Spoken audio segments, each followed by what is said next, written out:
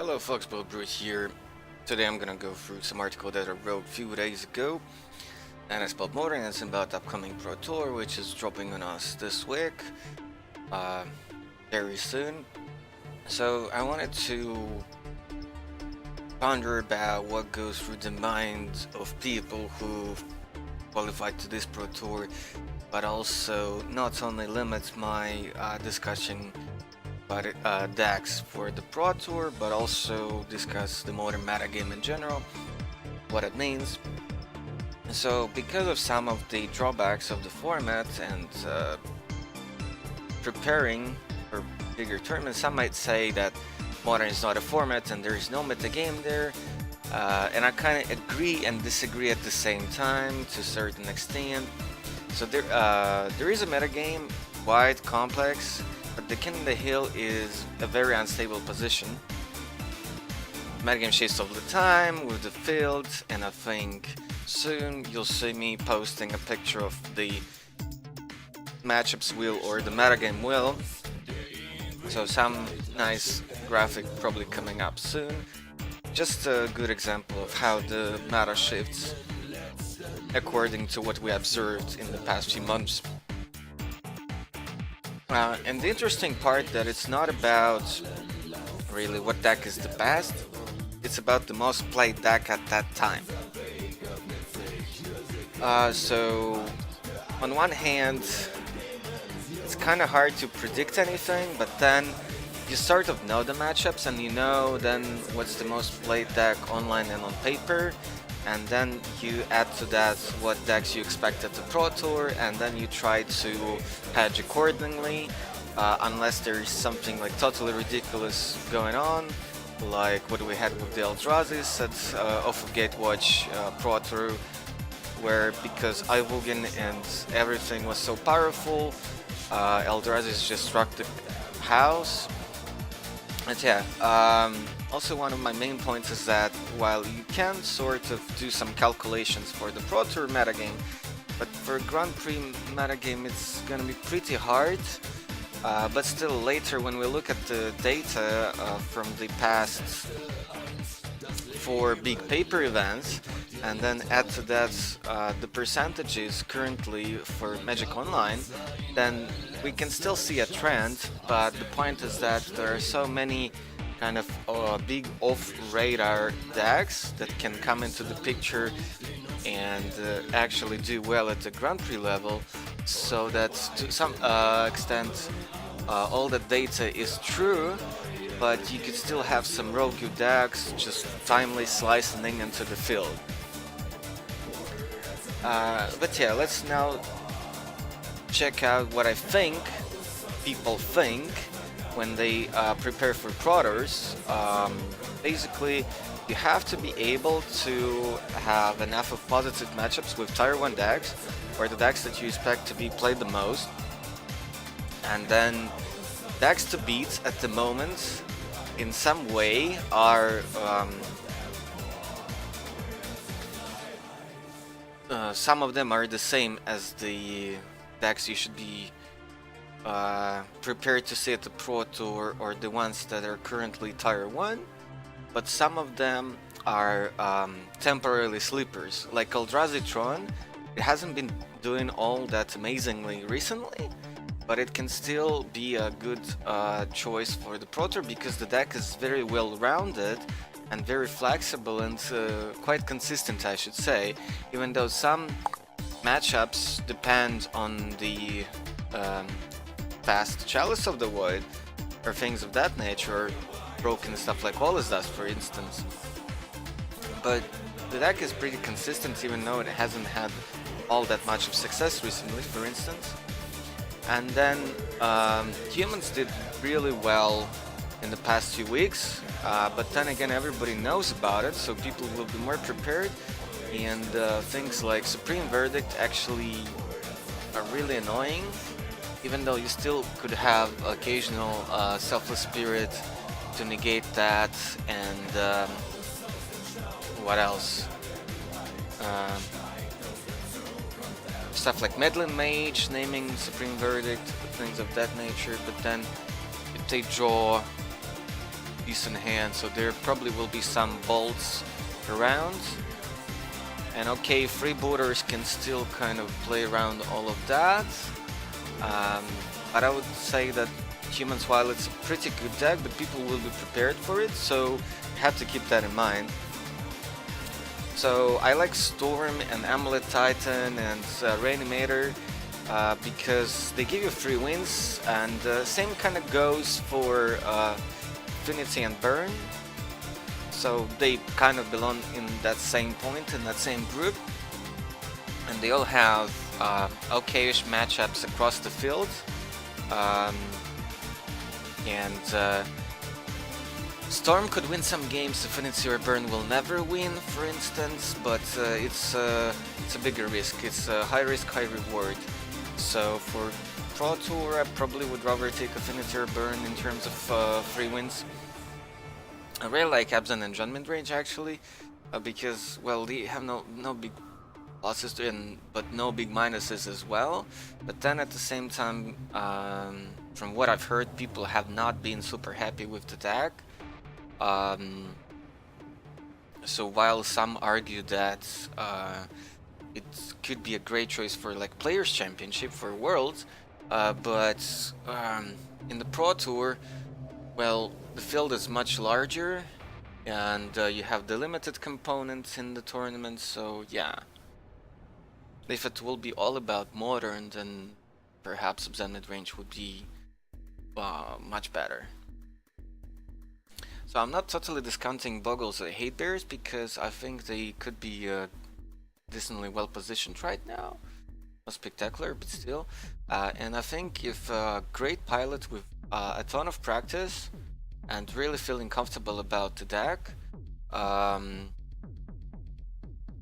they could probably do well with one of those decks at the Pro Tour and at the GP level especially, I think. So yeah, we talked about Affinity and Burn. Dredge actually follows into the same category, but then again, I don't know, it has all the minuses of the Storm in terms of graveyard hate and stuff like that. So probably we'll see a lot of Affinity and Burn at the PT because they're way less risky. Resilience as flexibility is also a factor, and Humans is a good example of that. Though Humans try to be more kind of well, it's more reactive, more proactive than Vizier Company sometimes. But then it tries to be also very reactive in terms of all those hate bears that they run, like Freebooter, Medley Mage, Spellqueller, Reflector Mage, and so on.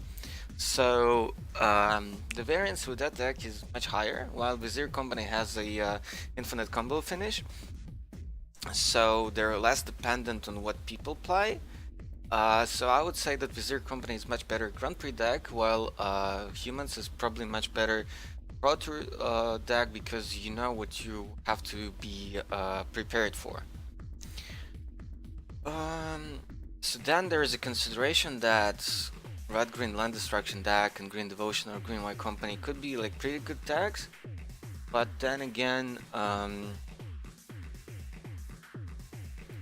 you might just be a victim of all those fast combo decks at the same time. Well, here it's again the same challenge of whether you can beat a known field or what do you do in an unknown field. Even though Green-White Company has been doing well at the SCG Open circuits and at the GPs, but well, I think again they're much better Pro Tour decks than GP level decks. Not saying they're bad for GPs, but I think at the PT it's much less risky to run those fair decks because you're not expecting all that many combo decks, which others are hating and preying upon, for instance. So now let's go through the last 4 paper events. So that's the Modern Classic, and that's the top 16. That order. This is not the main event that weekend. So yeah, a lot of quite expected decks, except for maybe Infect. So I like Infect, but it does kind of struggle with discard spells and chalices. Some might say that Fatal Push actually played a huge role. But while I don't deny that, I actually think that discard spells in so many decks are a much bigger problem, and Chalice is also pretty bad, but it doesn't happen all that often as discard, and some builds don't even play Spell Pierce main deck, so they have no way to protect against discard spells. Okay, there's been that new build with Travis Removal Out and Mishra's Bubble to kind of go consistently, like to try to find the creature, but I don't think it quite, you know, fixes the same problems or helps you out all that much. I feel like the music might be a bit too loud for you now. So,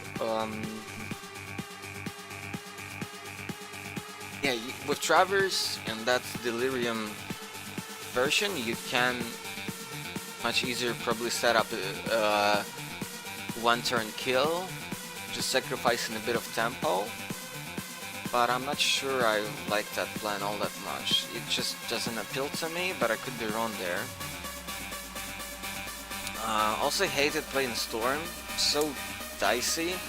I do accept that I might not be the best pilot of the deck, for sure. But I don't think the deck is like all that hard, Master. I just feel like one day you could be like winning everything and everybody, and other day, part of the day you meet the same decks and you lose horribly, so it's kind of really a roller coaster. Okay, Columbus top 16, that's another classic again. It's not the main event, top 16. There are some quite spicy ones here. The only one that really kind of surprises me here is Nayazu, but I guess it's just, you know, should be treated the same way as company decks or burn in a way that you're just trying to push for damage and you still punish all the bad draws from your opponents. So this top 16 can be described as control and anti-control, and then the Lantern control here is actually anti-control itself, and Merfolks are somewhere in the middle between anti-aggro and anti-control. So they're like, it's an aggro deck itself, but yeah. And Mardu is sort of, well, kind of anti-everything, but because it's not particularly tailored against anything, well, you cannot really call it anti-everything, but it's sort of anti-everything from time to time. That's why the deck is actually like pretty good. Also something I think people should consider for the Pro Tour, but I'm pretty sure by now people already made their choice. I've made this article like a few days ago, and now, even though there will be some people who would decide on the deck just last minute, they probably tested a bunch of different decks, and then they're just gonna make the final deck choice. So I would be really proud if this material, this article and this video would help at least somebody going into that Pro Tour, just in order to decide what to play. Well, all things considered, you're supposed to actually playtest and prepare for the tournaments of this level quite a lot, but some people might just not have like all the time and effort to you know, make the solid deck choice or test something, and then just pick up some deck that is not requiring a lot of playtesting to pilot it modestly and decently. Okay, so now Modern Open. So Columbus, top 32, bunch of different decks. We'll go into frequency of top 32 appearances in a bit. So what we can see here, it's the same location and same weekend as the classic event, and more roguish decks slicing in, kind of like our Grand Prix mindset, expectations, whatever. Right, but there are a lot of same traits as from the classics. I mean, like control, anti-control. But now, while they're like the same two groups or two camps of strategies, so the roles sort of are reversed. So it's aggro, anti-aggro. So yeah, we see a lot of aggro decks and other decks trying to gun against them. But still, you see control and anti-control. Because I wouldn't say that humans is an anti-aggro deck. It's more like anti-mid-range, anti-control, really, or anti-combo as well. Right, GP Santa Clara, Team Trios. So this is just the modern part. So we see top 8, and all of these are modern decks. Because, well, while it was Team Trios, all other decks are standard and legacy. And it wasn't actually modern in terms of teams. And while it means that there are none of those obvious restrictions in the structure, meaning overlapping cards and only 4 copies of something, I don't think it's really actually mattered when you had 3 different formats. But still, there are some things to consider here, like you cannot think that you have to win with every deck, so you have a bit of freedom there. But then again, you cannot really bring super spicy decks because, well, you're gunning against a very specified field or format, I think. So you don't see really much of Rogues here in the top 8. I don't think Lantern can be considered as a Rogue deck. Black Green Shadow, well, it's still your Shadow deck, just a different take on it. Maybe the consistency actually was worth it, in terms of just running 2 colors and having green instead of any other color except for black. Have I ever seen Esper Shadow? There must have been some at some point, but you don't really gain all that much from white except for maybe like Lingering Souls that you can flashback once you mail them with Vodka or something like that. We've seen Esper mid-range though, but it's not really a Shadow deck. Or Esper tokens, kind of a thing. I've seen like more like hybrids, I would say, over the months. Yeah, I'm not gonna read everything, otherwise this would not be a very constructive tape. Okay, let's move on to the online picture. You still find this article on my blogger, so just bodbrew.blogspot.whatever.com, for instance. So this is what like the most popular decks currently look like when I was writing this. Still wasn't like that long ago, maybe like 1/2 weeks ago, or like 2 weeks ago I should say, but nothing really changed all that much for online, really. But maybe slightly less Jeskai right now, but I don't expect anything else to kind of go down too much, because we haven't seen also big paper events which sort of influence online meta as well. So yeah, all of these are good except the green-red Ponzi is really weird. But yeah, it exists probably because it has some really good matchups which are big in the field. So I really like Titan Shift, but it struggles from all those affinities and burn decks, for instance. It's my impression. So I don't think I would have taken it to the Pro Tour because, well, you expect a lot of fast decks, and that means the Titan Shift, while it's really good against mid-range and control, I really wouldn't have taken it. Green Tron is pretty good against mid-range, but, well, it it can still sometimes suffer from affinity or from burn, just not having fast Tron on board like that. Dredge is good, so yeah, I actually expect a lot of fast decks at the Pro Tour. So be prepared for that. I think Abzan, the more I think about it, kind of a decent choice. So now the sort of second tire in a way. Could expect more of the black red hollow one. It's much less risky deck compared to Dredge, let's say. But if you're running Vengevines in it, then kind of like almost the same risks as with Dredge. So a lot of cool decks in this tire. A lot of spicy ones, but you're not thinking about them for bigger field, I think, unless you've had a ton of practice and you actually like your matchups. Because some tech cards could actually influence that quite a bit.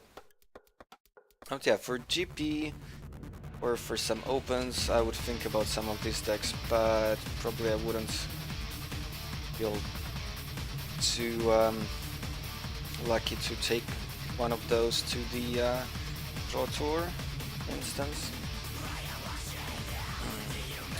Yeah, and then I've talked here about the fact that Goldfish actually mislabels some of the decks and puts them separately while it's just a flavor of the same deck, so these stats should be analyzed with that assumption in mind. So you really have to kind of open up those links and check separate decks to not have a corrupted data, but it doesn't happen all that often, so this is why I do like Goldfish for statistics. Yeah, now we're moving into kind of third tire, so basically everything that's about 0.5% and 1/4% of the field is really like tire 3, tire 4. There are a lot of like pretty good decks there, but because they're so rare, you shouldn't really be gunning against them even at the Pro Tour, because people are going to be looking at the same data, same statistics. So you shouldn't really dedicate much of space in your sideboard to all this 0.5%, 1/4% decks.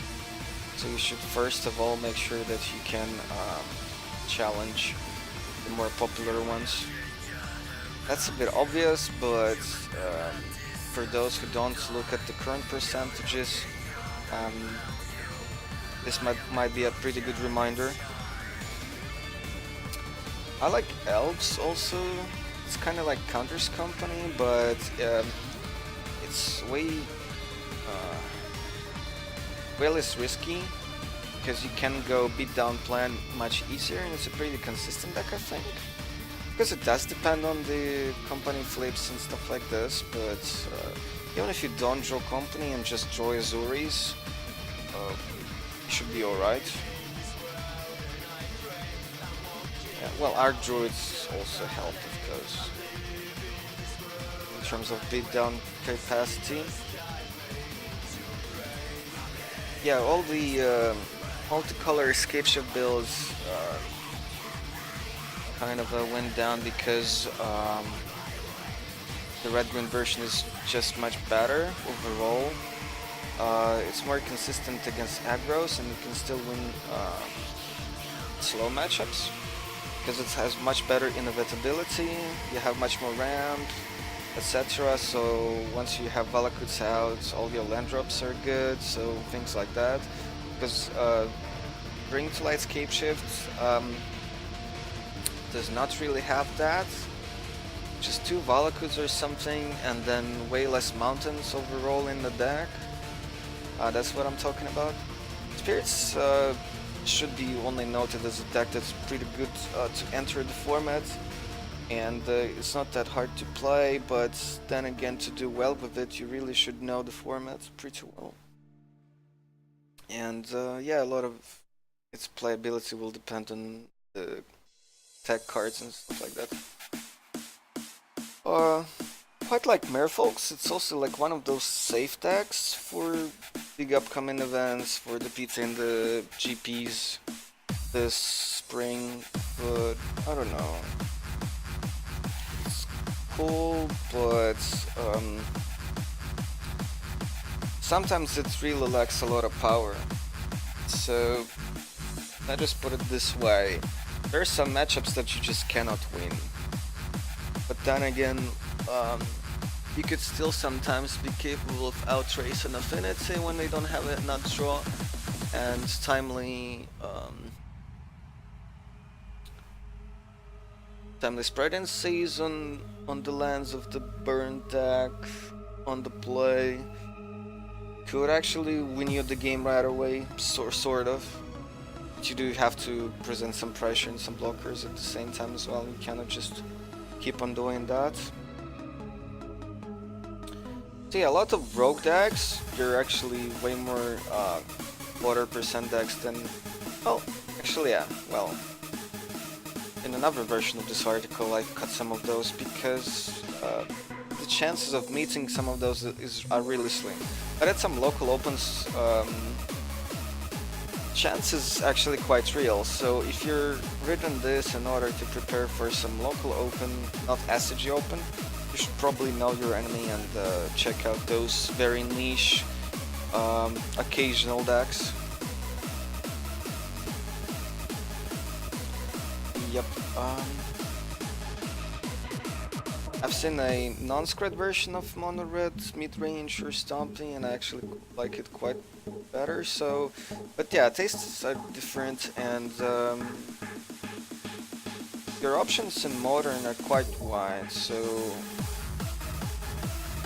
you're very likely to find something for your particular taste. Even Grixis control can be, you know, seen somewhere occasionally, and if somebody's like really well aware of what's going on in the format and played the deck a ton, you could still have pretty good results. So it's sad to see different Axis decks and Infect and Vant and Grixis Delver so low. Then again, well, they're just not super well positioned right now, and then a few things change, even just the cycle of the wheel changes, something rotates or something gets banned, which is unlikely, but some decks become really hated out, and then you could remember some of those decks. I'm still playing Infect because, well, I know my bad matchups and they are not actually all that terrible. Some right draws, they could still be fine.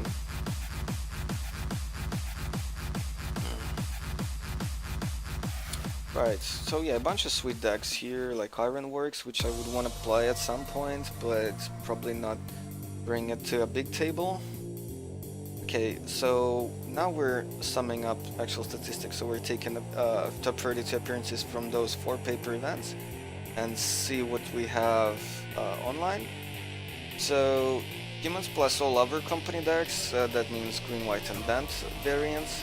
So that's 8 appearances in top 32 from those 4 events. Affinity, Grixis, Shadow, Burn, just Sky and Blue, White controls, Blue Moon, making sudden appearances, so that could be one good deck, I suppose, because, well, it's quite consistent and it has some not just combos but certain cards that just like win you the game right there, like Blood Moon and stuff, the namesakes.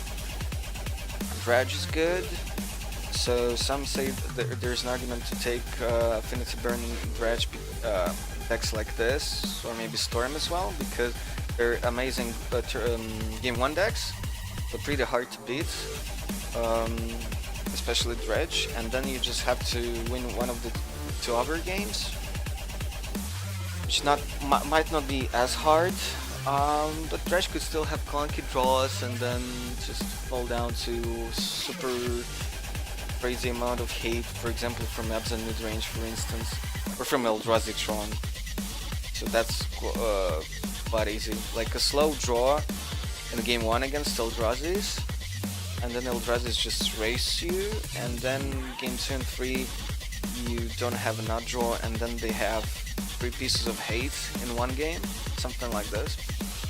Yeah, but meanwhile, 10 no-split decks online, Jeskai Control, Affinity, Grixis of Shadow, Human, and Green Tron, Eldrazi Tron somehow, maybe because it's cheap, so that's another thing to consider when you look at online stats, for instance, and some of the paper stats too.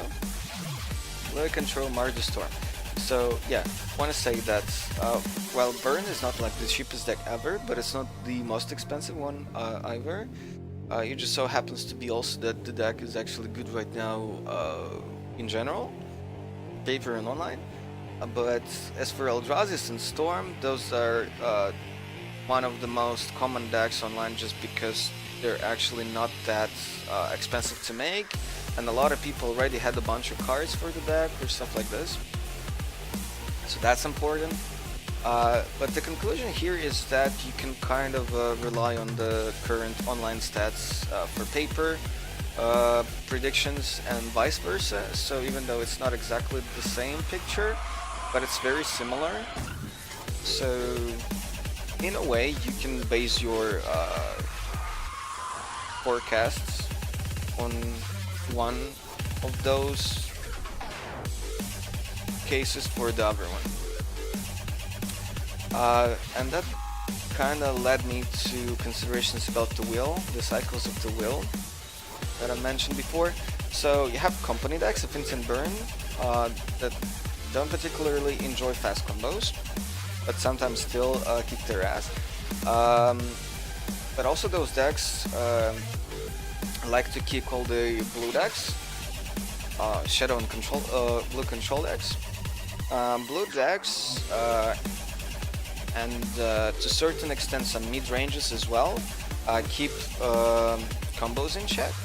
Mid-range keeps blue decks in check because of all the discard and amount of good threats, right? And then big mana decks, Green Tron and Valakut variants, they keep mid-range decks in check. But as for big mana decks versus blue controls, it's kind of weird.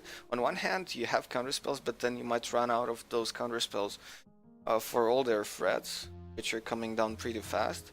Game 1 is kind of weird. Then again, good counter spells are one of the best weapons against big mana decks. But then, from the other side, while against Green Tron, you can kind of try to counter most of the things, but then if the game goes long, Ivogan actually starts to do stuff. And then against Red-Green, you might just counter everything.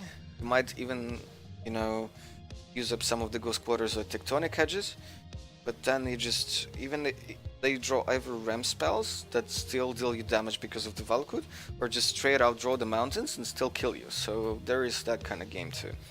So depends on the pilots and particular builds, I guess. So it's really interesting dynamic there. So considering all that, feels like Counters Company or Elves Company should be good currently in the way the wheel is going,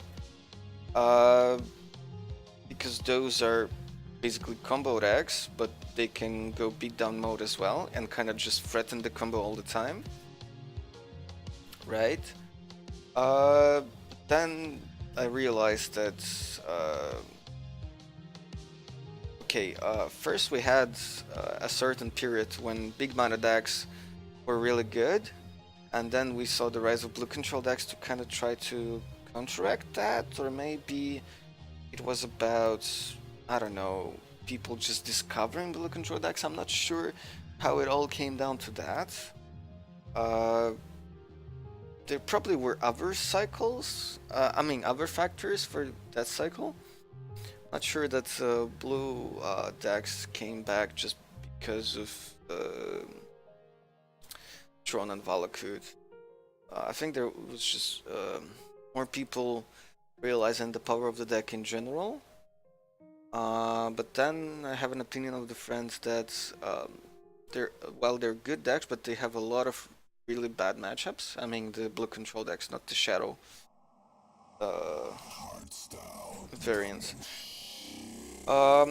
Yeah, but then I think that the Company decks, Humans, Affinity, and Burn all came back and rose in popularity as an answer to blue control decks. I think that was a big part of all that development. So yeah, I think really the Pro Tour will be a bunch of fast aggressive decks and mid ranges that will try to counter that, or some combo decks. So that means that feature matches during the PT streaming coverage, matches might be really fast. They might be pretty fast. And I think if you're just aiming to counter all those fast decks, you gotta take some mid-range. Because you have great sideboard, because White has the best sideboard cards, and then you have live gain, you have disruption for combo decks, you have voice and whatnot to stem all that aggression. Right, you have graveyard hate, artifact hate, basically everything. So because of the sideboard, I think Abzan is better than Jund, but I could still see Jund. But if Redu cannot really justify to others that Jund is good, then yeah. Okay, so few trends to give you guys more conclusions. So PT meta will probably not be that diverse, but that's kind of expected, and I think it will feature a lot of safe decks and a lot of fast decks. Right, so because of the fast decks, you might still want to play a Reanimator or Storm, for instance. Even though Storm really doesn't like Eidolon of Great Revel, but some might even opt for something in that slot, while I don't think they should. I'm not sure I like the Shrines so much, but maybe that trend died out. GP meta will be way more diverse and simply bigger, and we could not really have any accurate forecasts, really, but some. We could have some expectations, but we cannot really rely on those. That's my opinion. So you can't really prepare for everything, and there is no best deck, but for the PT at least you know what people are likely to play, so you can sort of dedicate all your sideboards to what you expect and forget that there are a lot of niche and rogue decks in the format. Well, that's sort of obvious, but good to keep in mind. So some might try to break the wheel and bring something spicy, like Boggles for instance, which I want to see because they trump mid-range and fast aggro decks, right? So I want to see that on camera this weekend. Some disclaimer. Alright, we're almost done here. So what I want to see at the Pro Tour, or like let's say my picks are Abzan mid-range, blue-eye control, just because love the deck, bit more than Jeskai version, but I don't mind seeing Jeskai, because that means good feature matches and good magic. Mardu is also pretty nice, and then what I currently play myself, Eldrazi, Storm, in fact, Counters Company, sometimes Spirit, sometimes kind of band flashy Eternal Command kind of deck, with Vials and stuff, but without Company. Kind of Fairy style, with Rest Angels. But anyways, among those I currently enjoy most, in fact, in Storm. You're in the mix with DJ they just suit my style. Yeah, they are not like the best in terms of playing against and facing. at the moment I'm just trying to have my fun. You know, it's not exactly fun for the opponent sometimes. Right, what I have played historically over the years from 2011 or whatever, when Modern actually came to be a format, almost everything, well, not everything, but bits of all kinds of strategies from each part of the spectrum of the field. My estimation would be like nearly half of the format, maybe less, but it feels certainly like that, maybe even more. Played against nearly everything too. What I want to play or try out seriously or not so seriously. So I almost built up Elves Company, Ivor version. Wouldn't mind playing Amulet Titan. Wouldn't mind playing Black Red Hollow One because I've tried some brews similar to that, even in Legacy with demigods and stuff like that. But at that time, miracles were just everywhere, and that meant swords and terminus all around. I don't mind playing Dredge in Modern again. I've played it. It's a sweet deck, but I don't think I'm like all that amazing piloting Dredge, and I'm definitely fed up with the deck in Legacy. Mono Blue Living End seems sweet, just to try out at least. I'm not sure it's good. Same for Mono Blue Extra Turns, just a sweet deck, but I don't think it's good right now. Mono Blue Devotion could be actually seriously good in certain fields right now, but again, I probably wouldn't have brought it to a bigger tournament. So yeah, thanks guys, you see the links, you see the names, etc. Hope you enjoyed this, hope this wasn't too long. So give me all the feedback you like or want to express in the comments below, and in articles and everywhere you see my contents. Thanks for attention. Bye folks.